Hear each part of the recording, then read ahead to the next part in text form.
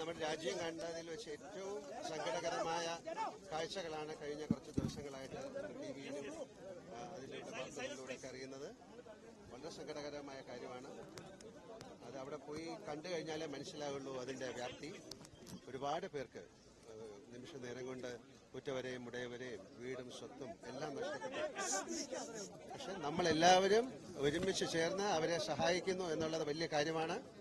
അതിലെടുത്തു പറയാവുന്നതാണ് Indian army, navy, air force, fire and rescue, NDRF, police, അതുപോലെ hospital, doctors, സന്നദ്ധ സംഘടനകള്, സാധാരണ ലോക്കൽ ആൾക്കാര്. ഈ ഒരു കല്ലെടുത്ത് മാറ്റിവെക്കുന്ന ഒരു കുട്ടി പോലും ഇതിന്റെ ഭാഗമായി മാറുന്നു. അപ്പൊ എന്റെ കാര്യം എന്ന് പറഞ്ഞാല് ഇവിടെ ആദ്യം എത്തിയത് ഞാനും കൂടെ ഉൾപ്പെടുന്ന 122 ഇൻഫൻട്രി ബറ്റാലിയൻ ആയിരുന്നു, TA മദ്രാസ്. അവരിവിടെ വളരെ എല്ലാവരും അവരാണ് ആദ്യം ഇവിടെ എത്തിയത്. ഞങ്ങളുടെ 40 പേര് വളരെയധികം ശ്രമങ്ങൾ നടത്തി ഒരുപാട് പേരെ സേവ് ചെയ്യാൻ സാധിച്ചു. കഴിഞ്ഞ 16 വർഷമായിട്ട് ഞാൻ ആ ബറ്റാലിയനിലാണുള്ളത്. അപ്പം ഞാൻ അവരുമായിട്ട് ഒരുപാട് പരിചയവും ഒരുപാട് സ്നേഹവും ഒരുപാട് ഇന്ററാക്ഷൻസ് ഉള്ള ഒരാളാണ്. തീർച്ചയായിട്ടും അവർക്ക് മാത്രമല്ല, ഇവിടെ വന്നിരിക്കുന്ന വേറെ പല യൂണിറ്റുകളുണ്ട്. അവർക്കൊക്കെ ഒരു പ്രചോദനമാകാൻ, അവർക്കൊക്കെ ഒരു നന്ദി പറയാൻ, മനസ്സുകൊണ്ട് അവരെ നമസ്കരിക്കാനായിട്ടാണ് ഞാൻ വന്നിരിക്കുന്നത്.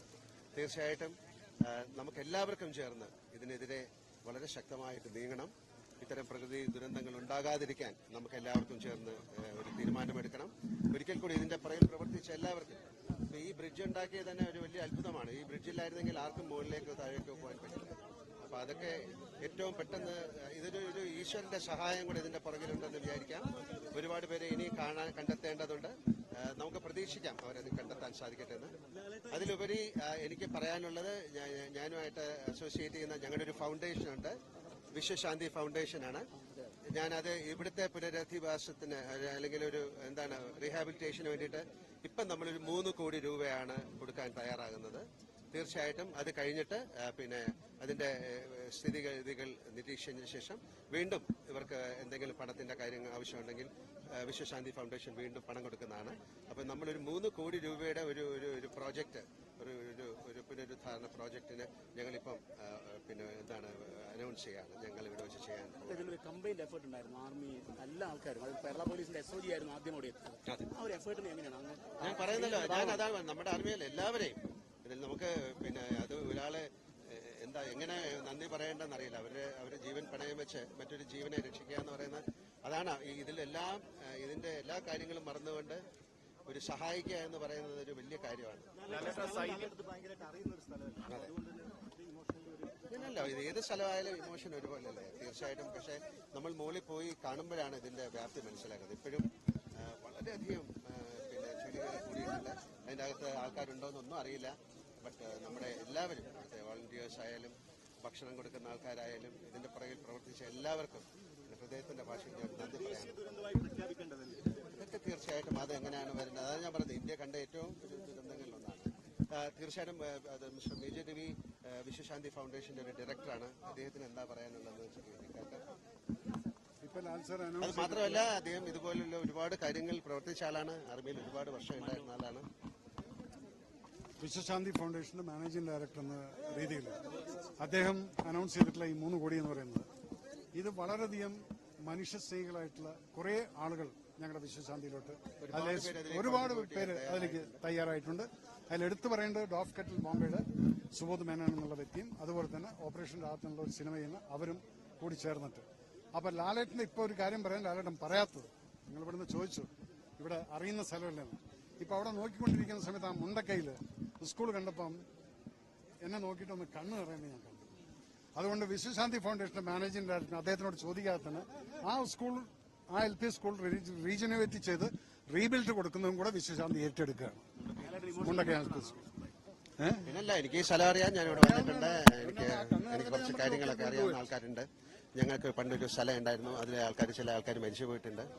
ദുരിതാശ്വാസ പ്രവർത്തനത്തിന് എല്ലാവരും ഒറ്റക്കെട്ടായി നിൽക്കേണ്ട ഒരു സാഹചര്യം കൂടിയുണ്ട്. ഈ സ്കൂളിലൊക്കെ 50,000 കുട്ടികളാണ് ഒരുപാട് ഇമോഷൻ നമ്മളിന്ന് കാണുന്നത്. ഇനി എങ്ങനെ മുന്നോട്ട് പോകുന്നതാണ് ആഗ്രഹം? അതാ ഞാൻ പറഞ്ഞത്, നഷ്ടപ്പെട്ടത് ഒന്നും നമുക്ക് തിരിച്ചെടുക്കാൻ പറ്റില്ല. ഇനി മുന്നോട്ടുള്ള അവരുടെ ജീവിതത്തിനെ നമുക്ക് എങ്ങനെ മെച്ചപ്പെടുത്താൻ പറ്റുമെന്ന് നമ്മൾ തന്നെയാണ് ആലോചിക്കേണ്ടത്. നിങ്ങൾക്കും ആലോചിക്കാം, എല്ലാവർക്കും ആലോചിക്കും, ഒരു ചെറിയ കുട്ടികൾക്ക്.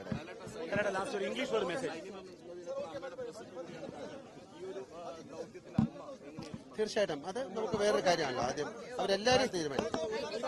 സൈന്യം പറഞ്ഞത് സംസ്ഥാന സർക്കാർ ആവശ്യപ്പെടുന്നത്രയും കാലം രക്ഷാപ്രവർത്തനത്തിലും ഈ പുനരധിവാസത്തിനും ഉണ്ടാവുന്നതാണ്. അപ്പോൾ അങ്ങനെ കുറച്ചു കാലം തുടരേണ്ടതല്ലേ?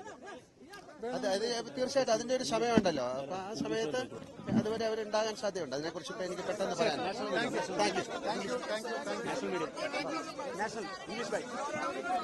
No, no, I see.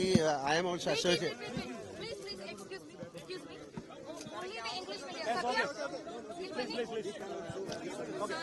This is one of the most. English and please don't. Okay start. Okay അല്ലേ? Give me.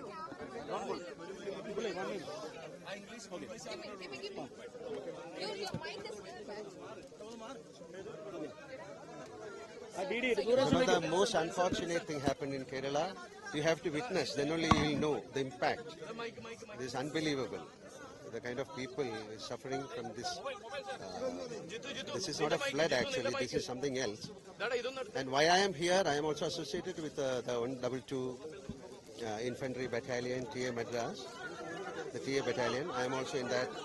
So our boys are also working. Not only our boys, a lot of other like from the Air Force, Navy, NDRF.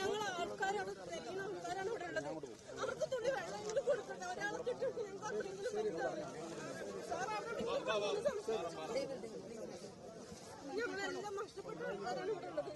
ഇതെല്ലാം കഴിഞ്ഞ് എല്ലാവരും പോകും.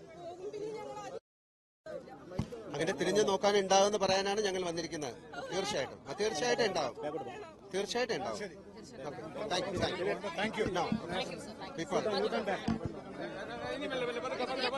തള്ളണ്ട